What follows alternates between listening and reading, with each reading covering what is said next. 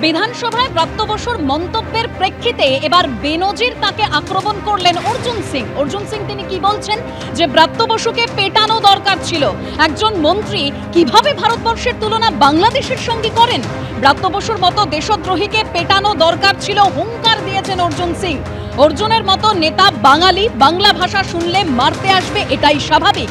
অর্জুনের অ্যান্টিডোট বীজপুরের সুবোধ অধিকারী দেখলেই ল্যাজ গুটিয়ে পালাবে। বিজেপি নেতার হুঙ্কারকে পাল্টা কটাক্ষ করেছেন শিক্ষামন্ত্রী ব্রাত্য বসু। আমি বিধানসভায় ছিলাম না, নাহলে বিধানসভা ওই ব্রাত্য বসুকে না ফেলে পেটানো দরকার ছিল।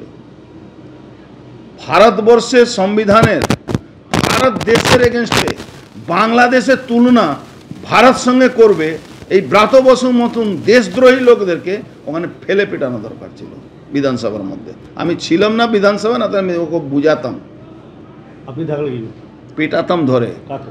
ব্রাত্য বসুকে একটা মন্ত্রী কিভাবে ভারতবর্ষের তুলনা বাংলাদেশ সঙ্গে করছে, যে বাংলাদেশকে ভারতবর্ষ জন্ম দিয়েছিল।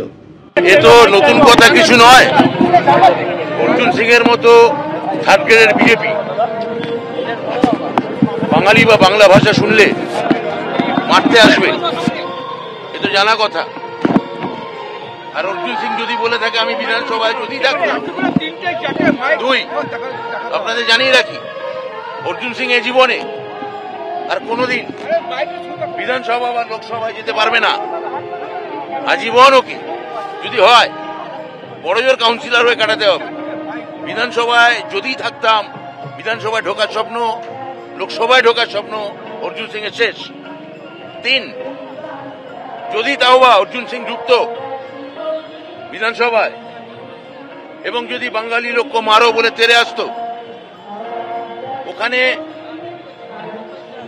একটাই অ্যান্টিডোট হিসেবে যদি শুধুমাত্র ওর পাশের কেন্দ্র বীজপুরের সুবোধ অধিকারীকে দেখতো, তাহলে পবন পিতা বলুন, ওই পবন পুত্র বলুন, ল্যাজ গুটিয়ে কুই কুই করে হাত জোর করে বিধানসভা থেকে বেরিয়ে আবার নিজের ঘরে ঢুকে পড়ত।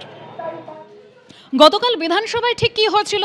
বাংলা ও বাঙালিদের উপর আক্রমণের প্রতিবাদে মঙ্গলবার বিধানসভায় সরকারি প্রস্তাব পেশ করেন পরিষদীয় মন্ত্রী শোভনদেব চট্টোপাধ্যায়। জানিয়ে বলতে উঠে শিক্ষামন্ত্রী ব্রাত্য বসু বলেন, 1971 সালের 25শে মার্চ বাংলাদেশে যে সেনা অভ্যুত্থান হয়েছিল, যেভাবে নির্বিচারে বাঙালিদের হত্যা করা হয়েছিল, সোমবার কলকাতায় সেনাবাহিনীর ভূমিকা সেই ছবিটা আরও একবার মনে করিয়ে দিয়েছে।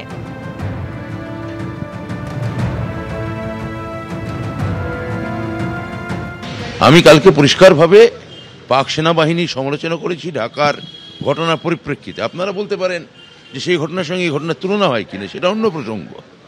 কিন্তু একটা স্বাধীন দেশের সেনা, তারই নাগরিকদের ওপর গুলি চালানো, একটা স্বাধীন দেশের সেনাদের, ভারতীয় সেনারা আমাদের কাছে অত্যন্ত সম্মানের।